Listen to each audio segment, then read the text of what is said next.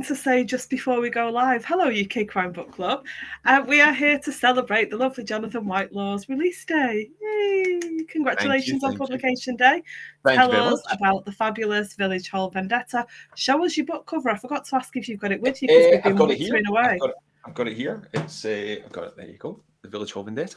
Delighted by that. You are backwards. I've only just noticed. Oh, right. This is how bad I am. I was going to turn it around that way to try and fix it, but of course that's not, or indeed move it over to the other side of my head. But if you do want to turn it around, universe, is it? Not how it works. You don't have to turn it around, but if you do want to, there's a little button, a little cog above your screen at the bottom. Right. And then you can click the mirror button in there. Look at me being technical on camera. Oh, there we go. Hold on. There we go. Show us that cover again. That sort of hurt my head. There we are. God, I can't believe I did that the first time without any additional assistance. Fantastic. What a wonderful technical start. It will not last, believe me, Sam. That's the absolute limit of my technological prowess, unfortunately. We've got a couple of hellos already, and one's from Egypt, so that's a great start.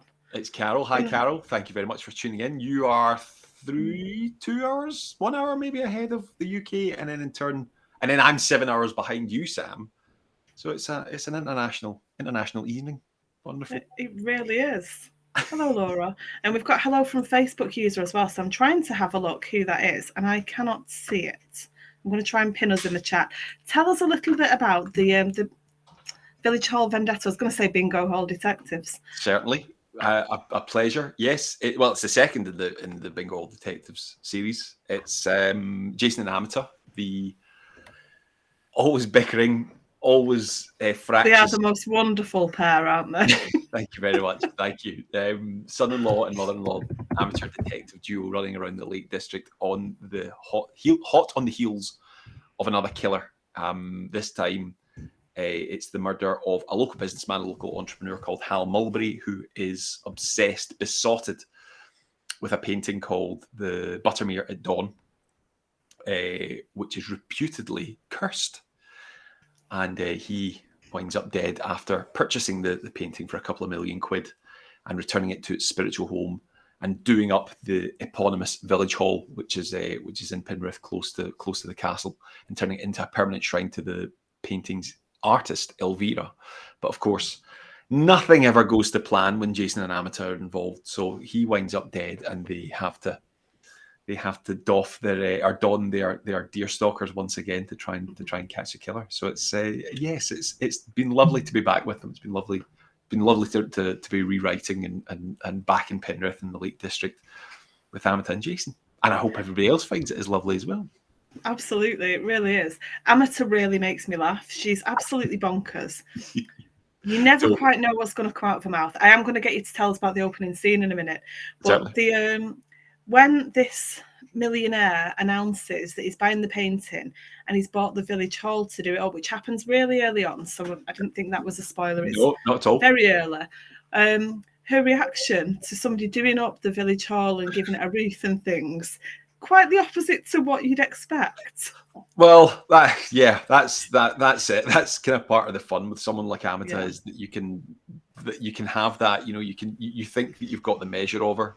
Even I think I've got the measure of her, and then you just turn that completely on your head because she has a very, very stark way of looking at life. There are certain things that you do, there's certain behaviors, there's certain manners and things that you should always stick with, and that I think offers her clarity that maybe the rest of us don't have.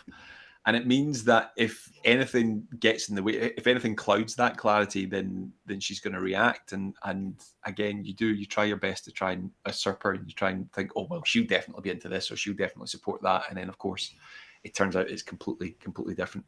Only Amata can be Amata, which is something that I bizarrely, it's something that's sort of come about through the writing process. I've always said, I think I've chatted to you guys or you're in the UK Crime Book Club about it before, but Jason and Amata pretty much came fully formed when I first thought of them for the Bingo Hall Detectives.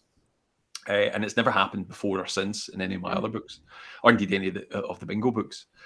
And it's nice. It's a nice thing to have is that you can be sitting writing these characters that you always believed were fully formed, and then you can completely pull the rug from under your feet as the writer to change things up. And it's a great example that you give there, Sam, about the village hall. And you would think that she would be, incredibly excited about a local landmark being turned into something for the people. But of course, that's not the thing, isn't it? Because her argument is, well, he's taken it away from the community, and Jason's saying, well, no, that isn't the plan at all. He's going to put money into it and make the roof safe and make it a nice space. And she's still got a problem with it, as though that isn't what he's saying. It just had me howling, laughing. Good. I'm glad to hear that, because it was good fun to write. It was good fun. It was just one of those moments where you sit down and you write it and you think, yeah, of course she would say that. But then again, actually, what happens if she doesn't say it? What happens if she doesn't think that it's a good thing? Because, of course, if someone like Amita Khatri doesn't think it's a good thing, then she will die on that hill, literally will die on a literal hill for it. And there will be no change in her mind. So it's liberating in a strange sense to write a character like that, to have a character like that, because it means that that clarity never changes, that clarity never shifts, and you can always sort of revert back to it. Whereas, like, me, you, Jason, everyone that you know, we're all a little bit more malleable than that, and that sometimes that ironically makes things more complicated. But not Amita Khatri. No, she's straight down to it. She's straight down to business. Buttermere at Dawn is the painting in question in the book, and Carol has said, I have a question. Did you have a real painting in mind, or did you have your own idea of a painting? Now, I googled it, obviously, when something comes up in a book, you think, right, is this real, is this not? And you go and have a little look. There are so many gorgeous images of Buttermere at Dawn if you Google it. Paintings, photographs, sketches. And none of them, I'm assuming none of them are Elvira. No, they're not. It's an Elvira original, and she in turn is a Jonathan Whitelaw original. So I don't know how original that. I don't know if that being double original makes you more original or not, or I don't know what it is. We could be here all night. Super original, yeah. Super original, yeah. Original I mean, the thing is, having a book series set in Cumbria and the Lake District is an absolute joy, quite frankly, and it was one of the reasons that the first book was set there. And again, again, I think I've said to you guys before that it's a very, very special place to me. Cumbria in general is very special, particularly the North Lakes, the whole Lake District, of course, but the North Lakes in particular, because I've spent a lot of time there over the years, and in various capacities, whether it's summer holidays or and then growing up and going with my wife and stuff like that. And Buttermere and Ullswater and all these places, and Windermere obviously as well. They're just sort of permanently etched in my head. That they live, to quote the parlance of our time, they live rent free in my head. And I think one of the great things about this series and these books is that I get to celebrate that.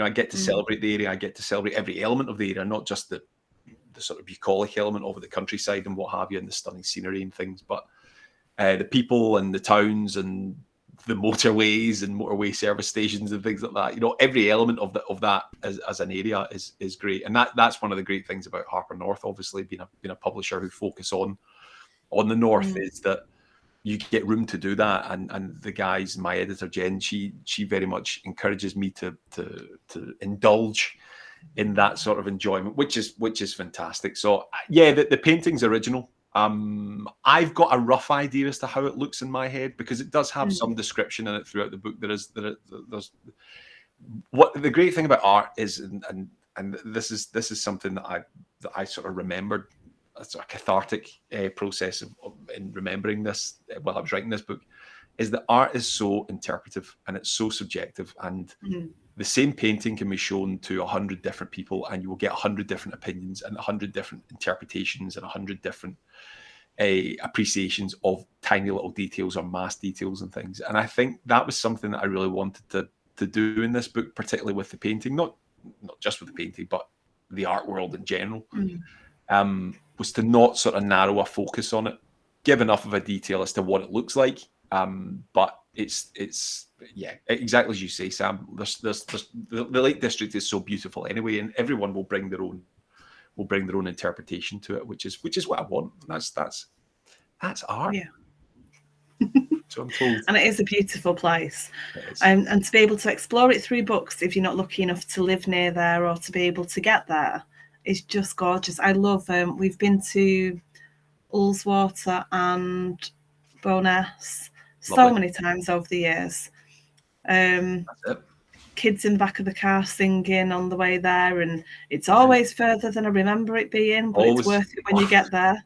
Do you know, I remember the first time that I went down with my wife, and we were going down to Liverpool afterwards to see my dad and my stepmom, and we decided that rather than go back, we were staying in Ullswater, we were staying in the water, obviously, but we were staying on the shores of it, and rather than go back up to Penrith and go back down the M6, we decided to go through the Lake District, and we had a little Corsa at the time, Vauxhall Corsa, and this thing was old when we got it, and very fond memories, of course, but terrifying memories of trying to climb up some of the roads that are literally that steep in this little 1.2 engine. Constantly thinking, if my foot slips, I'm going to roll into the car behind me. And we're never going to get back up this hill. But then again, you get to the top of the hill, you look in the rear view mirror, and it's just all there, right? And you know, that's very special. It's very magic, and there aren't too many places in the UK or indeed around the world actually where you get to do that. But you do get to do it somewhere in the Lake District. And again, the series is. And I think I've said this before, that the series is as much my homage to the Lake District in Cumbria and Penrith and Carlisle and all these places as it is anything else. And you're right, you know, I get to transport myself to these places when I sit down to write it, and that's pretty special. So, you know, you mentioned the services, and that reminded me of the opening scene that I wanted you to tell us about, because I was just again howling laughing. How do you explain amateur? How does this woman come fully formed into your head? I think I've got this big thing, and it existed before the Bingo Hall Detectives came out, but since it's come out, a lot of people have said to me that they absolutely adored the first chapter of the Bingo Hall Detectives, because they've said, and this is their words, not mine, they've said that it sort of perfectly sets up the book and the world and the characters and the relationship between Jason and Amateur, because in the first one they're speeding to Bingo, whereas this one we meet them on the way back from Carlisle, having gone to pick up a new pair of running trainers for Amateur, and of course she can't get her head around the fact that they had to go all the way to Carlisle to get a pair of trainers in the 21st century when everything, I think the line is that, you know, the whole world is only a click away. But they've stopped off at this service station, and they've gone into a fast food restaurant, Emperor Burger, I think it's called. It is, yeah. I call it Emperor Burger, which is actually, would you believe, that's a little homage to Only Fools and Horses.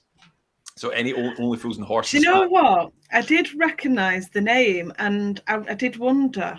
It's from, I think it's the first episode. I'm pretty sure Rodney has to go out and get Grandad a burger, and they didn't have any that he wanted. He didn't want a cheeseburger. He doesn't like cheeseburgers.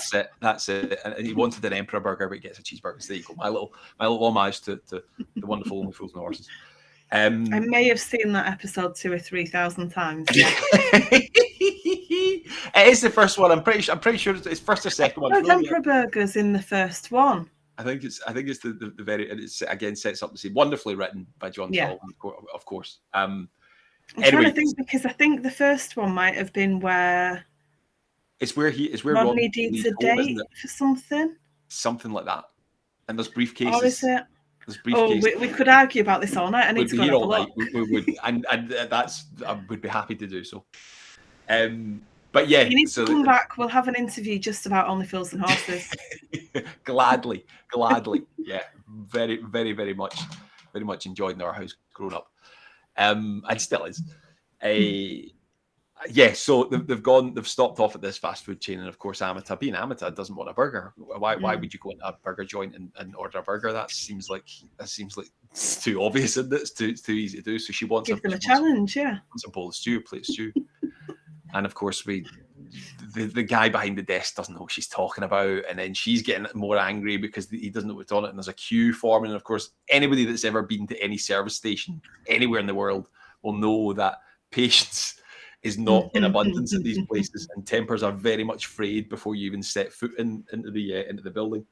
So this huge queue forms behind them, and she's adamant she wants to speak to a manager, and she wants her bowl of stew, and she can't get her head around the fact that this restaurant doesn't serve something as basic as that. And so Jason, of course, is frustrated as he always is with her, and then a big fight ensues, and he has to go outside and take a phone call from Hal Mulberry, and that's where we step in. So it's it was. I mean, that's the thing. We've all been in these places, and you always do get this horrible feeling with them that it's just ready to kick off. It's not going to take anything to spark the wildfire, you know. So I think we can all relate to situations like that, and I think we can also all relate to amateur. You know, these places sometimes don't serve what you want, and you always want an answer, and invariably you never get an answer because people just want in and out, and that's it. But that's, you know, the world sometimes moves a little bit too fast for everybody. So especially when you've had a long journey for some trainers and you're hungry. Absolutely that. And you weren't all that pleased as having to go on a long journey to get your trainers in the first place. But yeah, that's amateur cattery all over, I'm afraid. Is there a hint of have you had a journey to go and collect something that you were quietly raging about? I don't do anything quietly, unfortunately, Sam, as my wife will attest. As will you. Quiet and Jonathan Whitelaw have never usually been used in the same sentence. No, but you're always polite. I can't imagine you shouting at somebody in a burger place because you want I've never done that. I've never done that, you know. Quiet and Jonathan Whitelaw tend to not go in the same sentence, other than "Would you please be quiet, Jonathan Whitelaw?" That's about it.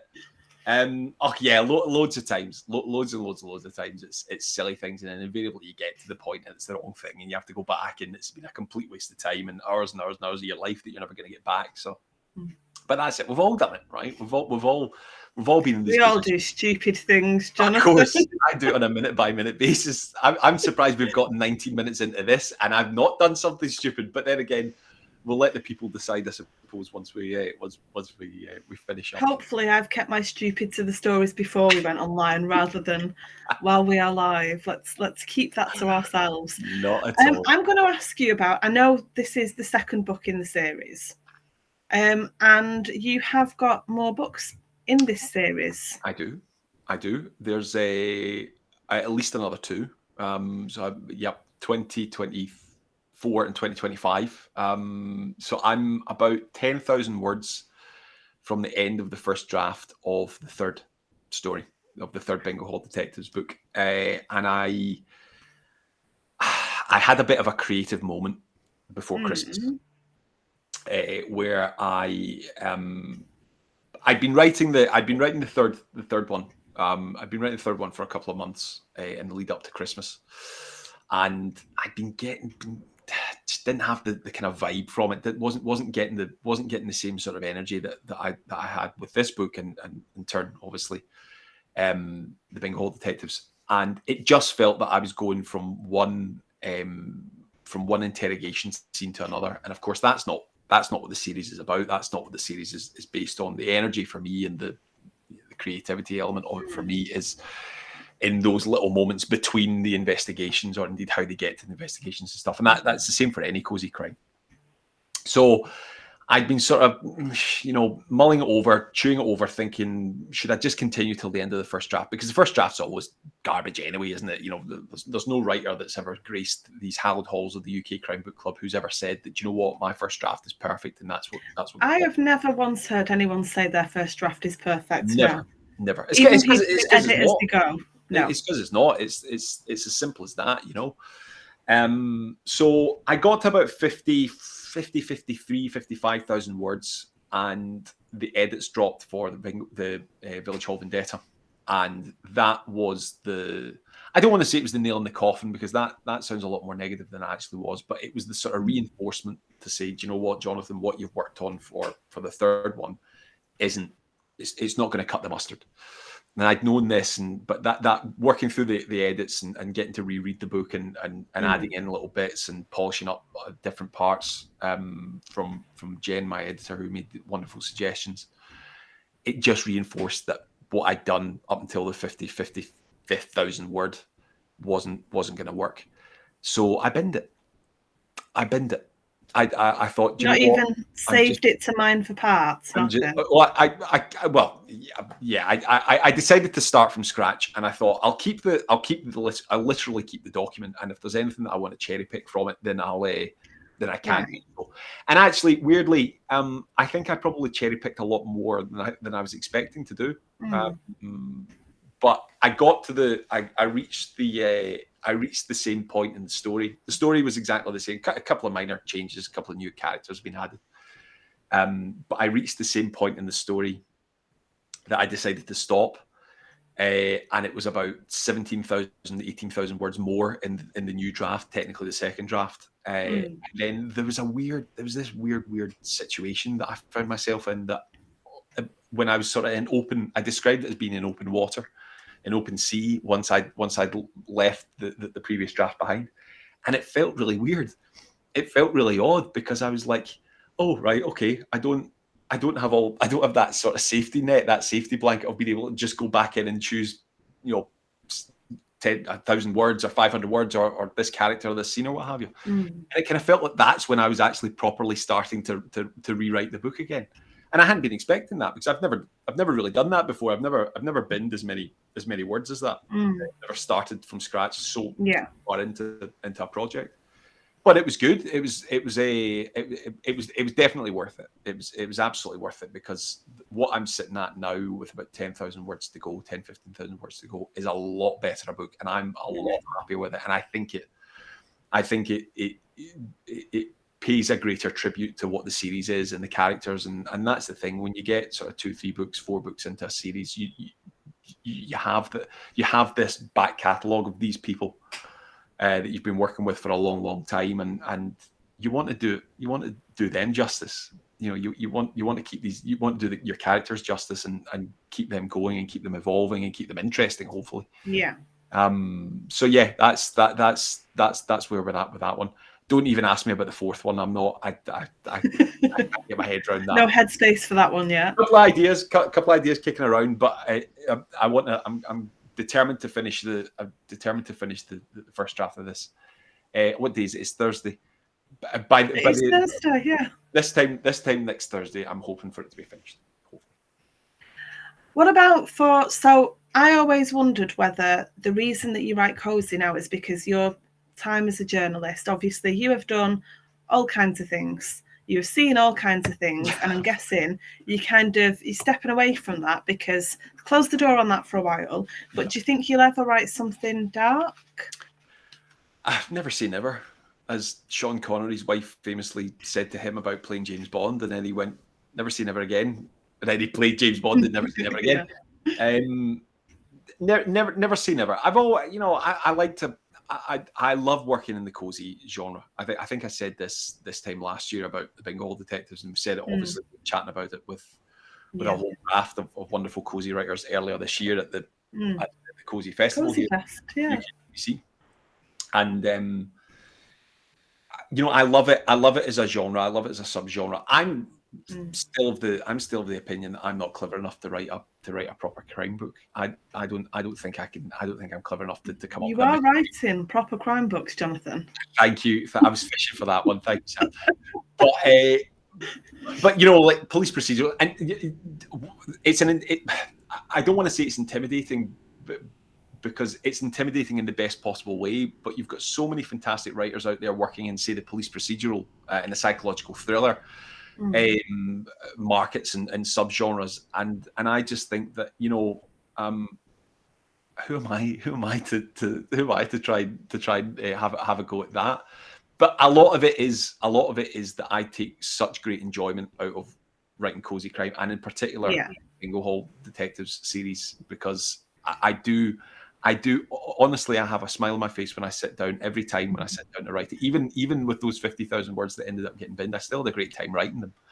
But when I sit down with Jason and Amita and I have to put them into some horrible scenario or get them out of some horrible scenario, it's still really, really good fun. And there's something about Cozy that I've just always found. I've always thought that I've found my voice with it, because I love character, and I love a farce, and I particularly love characters who think are full of themselves and they think they're completely authoritarian, and then can get cut down with one quip or one statement or one anything really. I think we've talked about this before. I'm a massive Terry Pratchett fan, always been a massive Terry Pratchett fan, and he was the master of that. He absolutely loathed authoritarianism, and he was so talented at being able to burst those bubbles. And I've always loved to read that sort of stuff, and I always find that something like Cozy Crime really, really gives you that platform to be able to do that on a regular basis. And that's it. I guess it's me trying to emulate the late great Sir Terry Pratchett in the Cozy Crime genre. Whether I succeed or not, that's not up to me to determine. But never say never. Never say never. I think if the idea came along and I gave it a proper sit down and think and gave it a proper stab, pardon the expression, I'd give it a go. It's writing, but it's the humiliating world of professional writing. You never talk yourself out of doing anything because it's a gig. It's I'll take anything. If anybody's watching, I'll take anything. I'll do anything. It does make me chuckle though that obviously from being a journalist for so long, you will have seen it from all sides. You will have spoken to a lot of police. And yes, police procedure changes, but there are experts to help you with that. Yeah. So it does interest me that you don't kind of think that you'd have more insight into it than most writers starting out. I think it's... Could you write a cozy procedural? I would. I'd never thought of that, actually. Yeah, I don't see why I wouldn't. I think I wrote that on a notepad for myself about a year and a half ago, and then I've done nothing with it since. I like it. Cozy procedural ?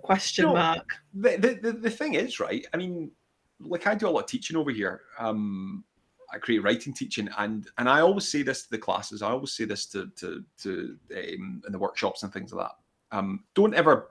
This is where I prove myself to be an absolute hypocrite, right? I say. Sorry, Carol, I can see Sarah's questions. I will get to them. I promise I'm not ignoring you, Sarah. I'm just getting carried away talking to Jonathan, but I will come to them. Thank you. Carry on. It's me. We say this every time you have me on here, Sam. I'm a terrible menace. I get there eventually. Get there eventually. What I was saying was I'm going to show myself up as a terrible hypocrite here, because I always say in my classes that never be intimidated by other writers. Don't be intimidated by genre and things, because there's only so many stories that you can tell, but you've not told all those stories. So, always have a go at it. Yeah. And that's the thing about Cozy Crime, is that invariably it's not a professional detective at the heart of it, but that's not to say that it can't be. Why can't it be, right? Why can't it? There you go, a cozy procedural. Why the heck not? Indeed. You need to write it, though. You need to write it. Moving on. So Sarah had said, happy dance here in Yorkshire to know there are more. So that there's definitely 2 more. And then we'll see. You can write more after that. I don't think you can see it. I've got my trusty notepad here. That's where everything goes now, because I'm so old that I forget things, so it has to be written down. I'm so old and so sleep deprived by having a 2-year-old, by having a 2-year-old toddler in the house. I just have to write things down, because if I don't, they vanish forever and lost the history. So, this is just one pile of notebooks at the side of there that I've got things in. There's 2 notebooks here on the little bit of, the bit where it's supposed to have a keyboard that slides out. Yep. That has got a cup, a mouse, my glasses, and 2 notebooks and some coloured notes, because I might not need a full page. I might just need this. Perfect. And then these get stuck everywhere. Fantastic. And I can't move the camera to show you anything else, nor would I while we are live.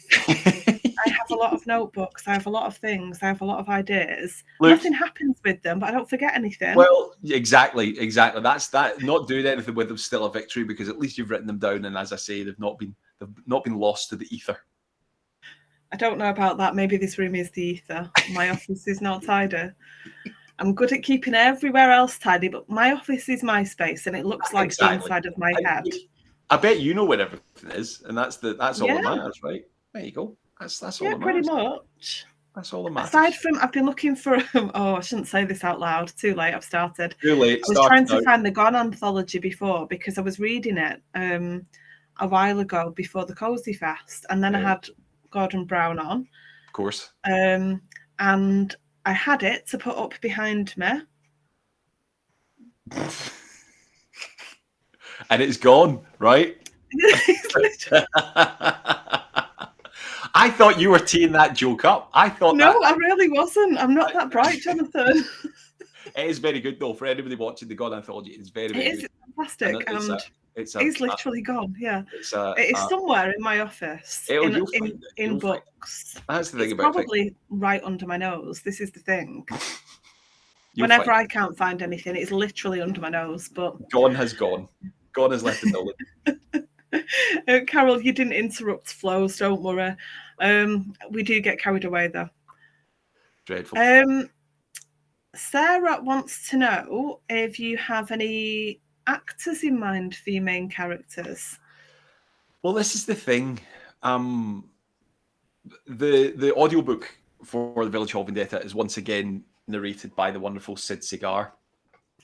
And Sid emailed me a year ago when he had a couple of my ideas in mind for voices and narration and stuff like that for the Bingo Hall Detectives. And that actually was the first time that I kind of really considered what they thought. I mean, Sid absolutely nailed it, and I listened. Actually, funnily enough, I got it.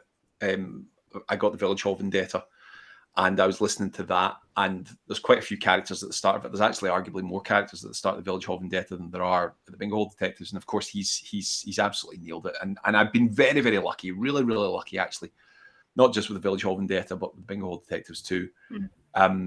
That everybody at every stage of the process just gets it, and that what that does for a writer makes everything 100 times infinitely more easier, because you're dealing with editors, you're dealing with salespeople, you're dealing with publicity people, you're dealing with narrators and things like that who just get it, and it means I just sit back and I was going to say I take all the credit, but that's sort of presumptuous that there is credit. But I just sit here and go, and they do all the hard work. But it's so not really. It's never kind of factored in when I cannot come up with the characters or even the main characters and things like that as to what I've got a sort of vague outline as to what they look like. And actually, weirdly, with The Village Hall Vendetta, there were times where I was sort of working through dialogue and I thought I heard Sid's narration in that character's voice, and I heard it. I reread back what I'd written, heard it in his narration, and thought, do you know what? That doesn't quite work. I don't think that's how it would sound. That's interesting. So I went back and changed it, and tweaked it here, tweaked it there, and I think that's a good thing, though. I mean, I was glad to have that both knowledge and interpretation of the characters.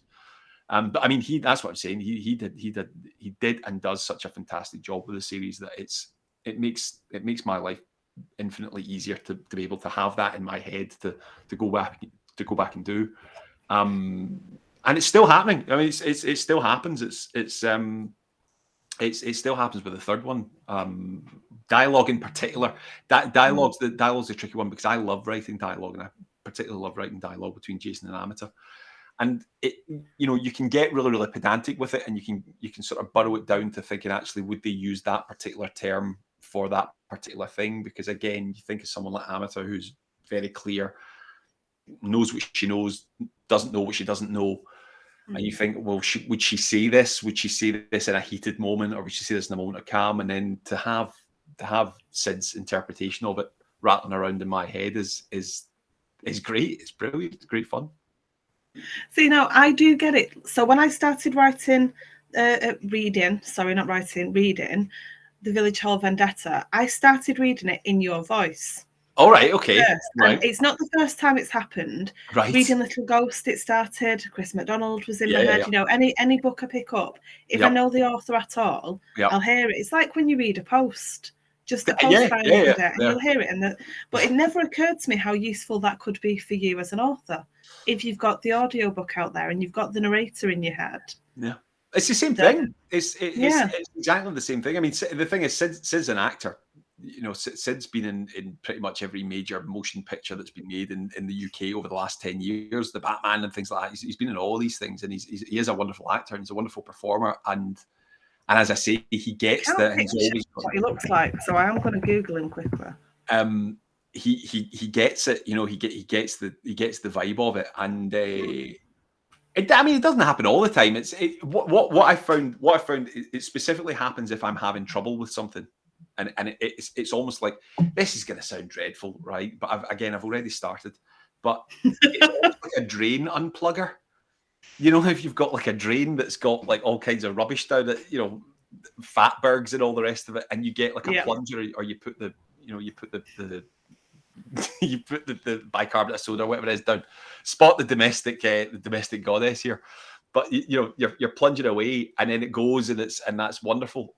That's kind of like what Sid Sagar's interpretation of the Bingo Hall Detectives does for me, the writer, because I hear him read what I've just read, read what I've just written, and think that doesn't sound like Amata, it doesn't sound like Jason, doesn't sound like Albie, doesn't sound like any of these people.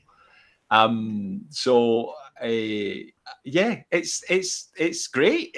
I'm so grateful for it. I'm absolutely so grateful for it. And again, so many people have come up to me and said they absolutely adored the audiobook version of it, and hopefully people do the same for the Village Hall Vendetta. And that's really nice to have. It did happen. I can't remember if I told you this before, but it did happen. I was driving up to Cromarty last year, and I put it on to listen to it, and I got like halfway up the road, it's a 3-hour drive or something. And I was going, this is quite good, this. Wonder who wrote it. Oh, wait, it was you, Jonathan. Removed from one's own body moment. Yeah, it was, it's pretty cool. It's pretty cool. But that's not such an unusual thing, is it? Because you're going to get into the flow. You're literally driving, you're listening away, having a look around, checking the road out, and just enjoying it. So the fact that you enjoyed it just shows what a good job you've done. Thank you, Sam. That's very kind of you. I would never say that myself, but I agree with you. There you go. Thank you. Wonderful. But yeah, it is what it is, I guess. And you know, I'm still learning. Like, you never, as a writer, you never stop learning. You know, I think that's a good thing, though. You stop learning, and you get a bit big for your boots with it. Absolutely. You know, it's going to affect your writing, surely. Absolutely that. And you do. I think a little nerves in all areas of life, a little bit of nervousness goes a long way. Gives you that edge, doesn't it? It keeps you interested, keeps you on your toes, and that's the thing. Like with the Village Hall Vendetta, I think I've told you this before. I think I've told the UK Crime Book Club this before. The Bingo Hall Detectives, by far, till that point was what I was most proud of in terms of my writing career. Absolutely chuffed to bits with it. I still am, obviously, but of course, the nature of having a series is that you've then got to go and do that, and you've got to do it again, and you've got to do it bigger and better, and all these things. And I was very, very intimidated when I sat down to start the Village Hall Vendetta, and it's happened again with the third one. But it's not just, you know, it's a pressure that I put on myself. It's a pressure that I feel myself. No, there's no outside factor that puts that on me. Far from it. But I've had such wonderful feedback from the UK Crime Book Club, yourself, readers everywhere. Who've really been very, very kind in taking the characters and series to heart, and you want to do a good job. You want to feel that you're doing a good job, and you want to continue that good job as long as you can. And that's a pressure that I felt. But you're right. I think it makes it means that you don't get lazy. Hopefully, it means that you don't get lazy. Hopefully, you don't get complacent, and it means that you're hammering away to make it the absolute best that it can be. Which I'm, again, very, very proud of the Village Hall Vendetta. Hugely proud of it. Hugely proud of the team that was behind me, worked with me, supports me, continually supports me. And you're very much included in that, as is the whole UK Crime Book Club community. and readers and booksellers all over the place. It's a team effort, and I genuinely can't do it without you. I wonder, would it be any less difficult if it was a standalone? If what you'd done was started to do a standalone, surely having some characters makes it a bit easier, or I don't know, maybe so. Not. I think so. Ruth Ware, the wonderful Ruth Ware, who is for me one of the absolute best writers that we've got at the moment. Certainly crime, but just in general. I've been very, very lucky enough to host her actually last year in Edinburgh, and met her at various festivals and things like that subsequently. And she writes standalone, and what she says is, because she often gets asked about this, particularly with crime. Crime's a very crime novels are sort of synonymous with being a series and getting multiple books in it. And she always says that she quite likes the freedom of that. She quite likes the freedom of not having, of being able to start completely from scratch. And of course, the alternative to that is that that you have to start from scratch and build it all up again. That in a series, there's a degree of hope on the part of the writer that readers will know that Amita is maybe a bit fussy and that Jason is an outwork journalist. Although that said, it was something that I was very, very aware of when I sat down to write the Village Hall Vendetta, particularly first and second drafts, was that I didn't want it to rely too heavily on the first one. So I think there's a mention. I think Amita mentions it in the first chapter that she's part of the WI and she does. She is everywhere. She's in every group. She has a finger in every pie. Absolutely. She's the head of the grapevine. She is. There's no grapevine without the Sheriff of Penrith. Absolutely. I was trying to think of what a nickname was then. It wasn't coming to me. So fair enough. Yeah. She hates that. She hates that nickname. Absolutely loathes that nickname. But and Jason keeps nipping at her. In fact, funnily enough, there was a short story that ran in last month's My Weekly with Jason. It's just Amita and Ethel that's in it, and it's called The Sheriff of Penrith. That was the title of it, and I thought she would hate that. She would absolutely love that. but yeah, there's a mention in it at the start of the book that she once caught a murderer, and that I think that's pretty much it. Actually, I don't think there's any great other references to the Bingo Hall detectives within the context of the book, but it was something that I was aware of, and my editors were aware of it as well. Is that you can pick up the Village Hall Vendetta having not read the first one and hopefully slip straight into the action, because I think that's the thing about writing a series and writing a cozy series, is that ultimately it's still got to be a good story. It doesn't matter how many books come before it or come after it or what have you. Is it's still got to be a good story. Still got to be able to pick it up and enjoy the juicy whodunit, and hopefully get some, no spoilers, but hopefully get some answers at the end of it, or 3/4 of the way through it. It did make me laugh. There is a bit where I think this is quite early on as well, actually. That no, it must be because Hal's been murdered. His wife is obviously very distressed and covered in blood.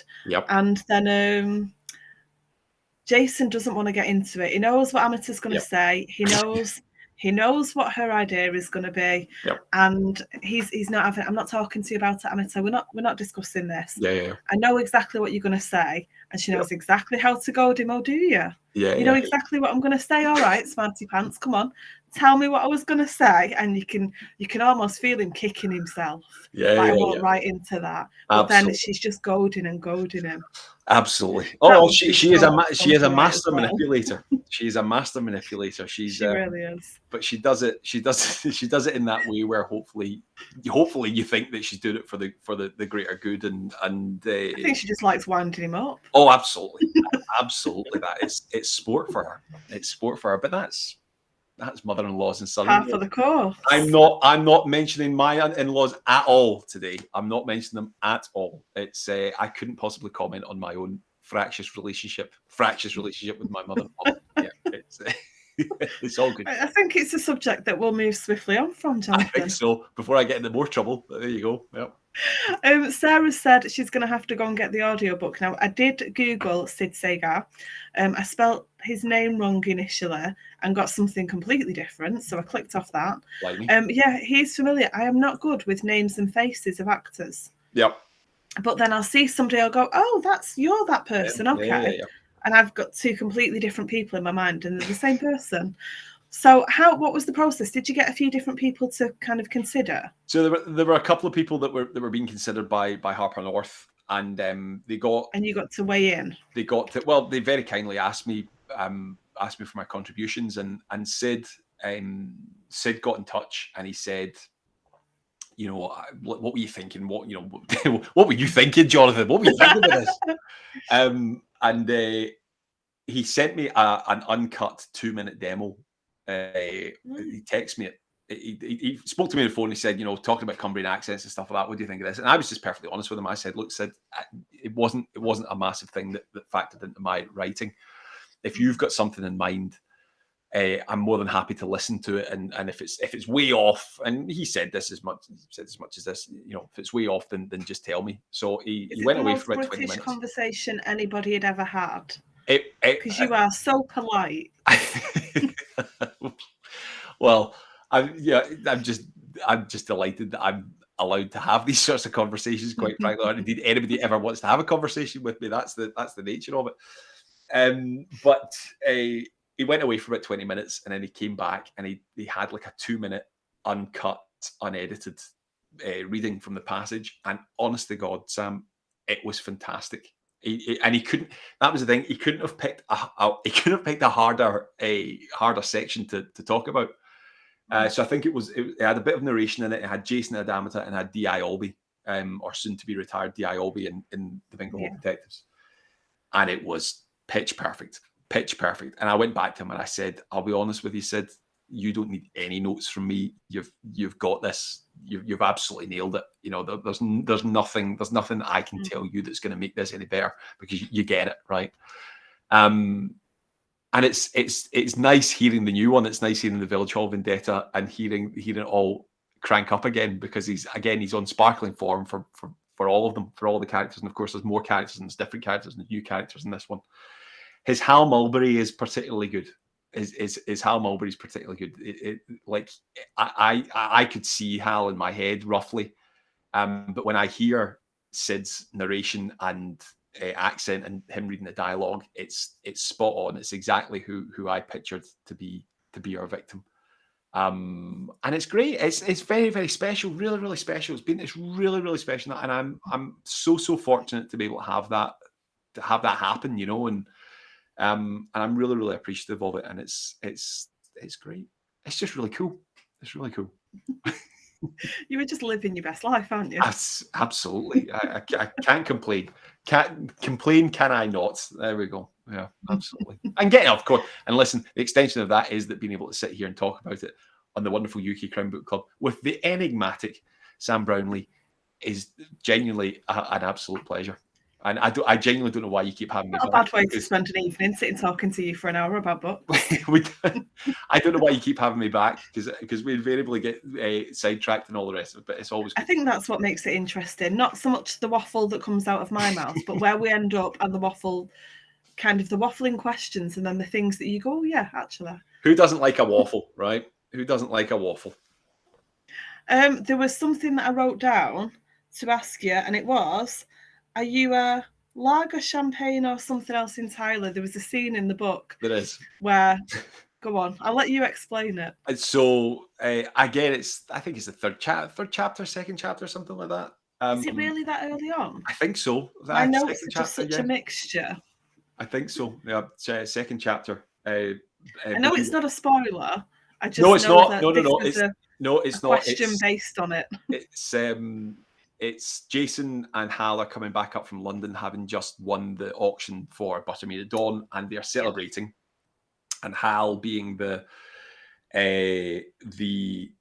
incredibly rich business person that he is drinking Bollinger, and he makes a reference. Another James Bond reference. He makes a reference to that. He remembers going to the cinema as a youngster and seeing Roger Moore as Ian Fleming's James Bond 007 ordering Bollinger, and he said, "When I grow up, that's what I'm going to have, because if it's good enough for Sir Rog, then it'll be good enough for me." And of course, Jason doesn't like Jason doesn't like anything, right? That's just what he's like. He just doesn't like anything. And on the few occasions that he's ever had champagne, he doesn't like it, and all this. And then, there's a little bit of quiet. I won't go into the details of it because it's sort of pertinent to the rest of the story. But he goes into details about Hal goes into details about his life and stuff. And Jason just gets to that stage where the person, the first class cabin staff come round and say, "Would you like anything to drink, sir?" And he goes, "Lager." Actually, better make that too. So I'm a lager drinker. I'm a beer drinker and champagne. I don't get invited to occasions and swanky parties and trips down to Sotheby's enough to drink champagne, and it's too expensive for me to buy on my own. And it'd be pretty sad me going in and buying a bottle of champagne just to drink myself, So, but listen, got to live your best life, right? I mean, I'm definitely more of a lager girl than a champagne girl. Absolutely. Definitely. If somebody handed me one, if somebody hands me something at the end of the night, I would probably drink it. But I wouldn't go out of my way to buy champagne. No. I don't think I've done it. I don't think I've ever ordered a bottle of champagne or a glass of champagne. I don't think it's ever happened anytime. It's been things like weddings and stuff like that, even our own wedding. It's not. It's just one of those drinks, isn't it? It's just one of those drinks that you kind of feel that it's an occasion drink, and then then because it's an occasion drink, you've got to drink it. Nobody ever likes to take a sip and then leave it. Whereas, like, if I'm going out for a pint, then it'll be a pint. It's not going to be a pint of champagne, obviously, but it'll be a pint of lager. A few years ago, quite a few years ago now, I did decide one New Year I was going to buy a nice bottle of champagne for me and my friend. Kids would all have been in bed. Dave would not drink champagne. No, it's not his thing. So me and my friend were having some, and I think it's probably about 40 quid about 10 years ago. And I remember thinking, what on earth? Why did I just buy it? It's not very nice. Why did I buy that? And it was a decent bottle. It could have been actually Bollinger, which is what's made me think of it. I'm sure we had the joke from Ab Fab about a bottle of Bolly. Bolly, that's it, yeah. So I think that's classy, why it was what I bought. There's nothing classy about me, Jonathan. I'm not fancy. Beg to differ. You're going about drink. You've had more Bollinger than I have, and that's it. That's it, isn't it? It's one of those drinks, isn't it? It's just one of those things that I imagine it's one of those drinks that the more you drink it, the nicer it becomes. But who's got 40 quid? 40 quid to drop in a bottle of Bollinger on a Friday night, right? Carol's saying champagne for her. Absolutely. Each to their own. Different class. Unlike me, unlike the uncouth Jonathan Whitelaw, who this is water, by the way. I'm just not classy enough for champagne, and not classy for the rooms that it's drank in. No, I have lager in a mug. Lager in a mug, fantastic. Really classy. Can't go wrong with that. For anyone who doesn't know, very briefly, I used to be a teaching assistant, and I never wanted the kids to see me on camera with something that looked like alcohol, but I'm always honest about what's in the mug. And you can tell if it's tea because I pick it up and grimace because I've forgotten it's gone cold. So this is the thing, it's a safe drink. Doesn't matter if it gets a bit warm, it's fine. Not like tea going cold and making me pull funny faces. It's a good enough reason, right? Safety first. Absolutely. Very clear. We have got 4 minutes left. Blimey, already? Crikey. So I want to know where we will be able to see you. So I'm assuming, are you back for Bloody Scotland? I am. I will be. Back for Bloody Scotland in September. I am doing Shetland Noir in June. Nice. So that's the 16th to the 18th. Oh, that's coming up soon. It is, yeah. 4 weeks, 5 weeks, 4 weeks, or something like that. Before that, I'm actually in Toronto. I'm doing the Motive Festival in Toronto at the start of June, which I'm very, very excited about. And I'm getting to get a tour of the HarperCollins Canada towers in Toronto as well. And we'll do various book signings and things like that after in and around the festival. I'm chairing at the festival. I'm on a panel at the festival. Very excited. And then 16th to the 18th, I'm in Shetland Noir, and then I haven't got the dates down exactly yet, but I'll be pretty much going from Shetland all the way down to London, stopping off at most major cities to sign books and things. I'm doing an event with Chris MacDonald, actually. Chris MacDonald's very, very kindly chairing an event with me. Shall I see if I can get his latest book out without knocking everything over? Shall we have a go? Go for it. I kind of want to see I kind of want you to knock things over. That'd be the exciting part. There we go. Perfectly done. And signed Oh, you can't see it. I can see. You can kind of see the little ghost, and and it says, "Thanks for everything, Sam." Woo, love Chris. Classic Chris McDonald. Now that one's fine. If I try getting Rob's book out, this is where it's all going to go wrong, isn't it? There we go. 2 for 2. You're pretending and like your you enemy's don't know closer. This. Also signed. This is a setup. Can't see that. Fantastic. Yeah, it's all going to fall off in a minute, so talk quick. So Chris is hosting an evening with me on the 21st of June in Manchester, which is at the wonderful House of Books and Friends, which is the new independent bookstore, which is actually just around the corner from Harper North, their offices, but it's a wonderful venue. And I was recognised in there, would you believe? The lovely, lovely staff recognised me when I was back in the end of February and start of March for Baytails. My face went bright red. They went, "Oh, you're Jonathan Whitelaw from the Bingo Hall Detectives." I was like, I am. How do you know that? Started getting all defensive about it. No, far from it. So they're very kindly, very, very generously hosting me to talk about the Village Hall Vendetta on June 21st. And then I'll be at various, I think the schedule at the moment is Shetland, Aberdeen, Dundee, St Andrews, Edinburgh, Glasgow, Manchester, Liverpool, then down to London, and there might be another couple of places in and around that on that tour. Somebody's just asked about Harrogate. Hopefully, fingers crossed. I'm hoping to be there. It's July, isn't it? Yes, it's July, isn't it? I think so. 21st to 24th. 4 or 5 weeks after my trip. Yep. And then I'm doing an event on the 15th of June for the Jericho Writers. That's an online event. I'm doing something. I'm doing a follow up for that at the end of the month. And then I'll be somewhere. I'm always somewhere. It's as remarkable. It's remarkable that people keep asking me to do these things. So I'm more than happy to do it. I think I'm going to be in Carlisle. I'm going to be in Carlisle for the Bookends. I think there's Bookends Festival in October, late September, early October. I'm going to be there, and that'll be wonderful because it's a homecoming for the Bingo Hall Detectives, Jason and Amata, because it's very much Cumbria based. So I'm very, very excited about that. And then of course November I am the writer in residence for a writing retreat that's sailing down the Nile, which I am delighted. Cannot wait. I cannot. How exciting is that? Never been to Egypt before. Always wanted to see the pyramids, and I'm the writer in residence for a writing retreat from Literary Tours Egypt, who are running this wonderful, wonderful scheme. And I think it's like a week plus workshops and stuff, and we get to see the pyramids and all the wonderful stuff in Egypt and sailing down the Nile. And I genuinely can't wait, Sam. I'm really, really excited about it.